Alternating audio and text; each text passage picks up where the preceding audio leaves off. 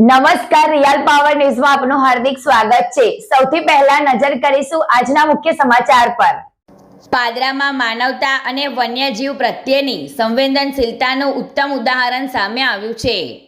Current લાગવાથી ઈજાગ્રસ્ત થયેલા કપિરાજને સમયસર રેસ્ક્યુ કરી સારવાર માટે વન વિભાગ ખાતે ખસેડવામાં આવ્યો છે। પાદરા સરકારી હોસ્પિટલ સામે એક કપિરાજને કરંટ લાગતા તે ઈજાગ્રસ્ત હાલતમાં જોવા મળ્યો હતો।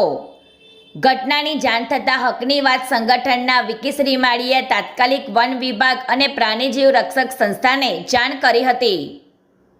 જાણ મળતા જ વન વિભાગની ટીમ તેમજ પ્રાણીજીવ રક્ષક સંસ્થાના પ્રવીણ મહારાજ સ્થળ પર પહોંચ્યા હતા।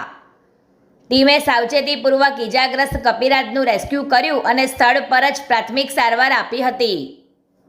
ત્યારબાદ વધુ સારવાર અને દેખરેખ માટે કપિરાજને વન વિભાગ ખાતે ખસેડવામાં આવ્યો હતો, જ્યાં તેની સારવાર ચાલુ છે।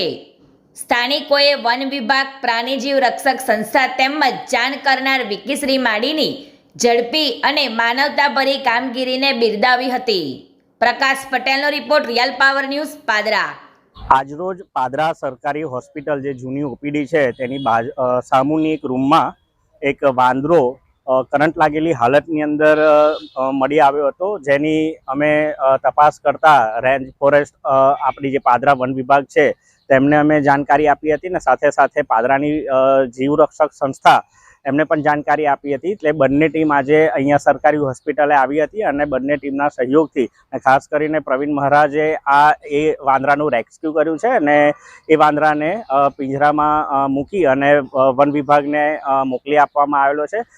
એની સ્થળની કન્ડિશન જોતા એવું લાગી રહ્યું છે કે આ ઓરડીની અંદર એને કદાચ કરંટ લાગેલો હોય અને એના બંને આગળના જે હાથ છે એ વર્ક કરતા ન હતા અને એને અત્યારે રેસ્ક્યુ કરીને બંને ટીમે સાથે મળીને વન વિભાગની અંદર સોંપી દીધો છે।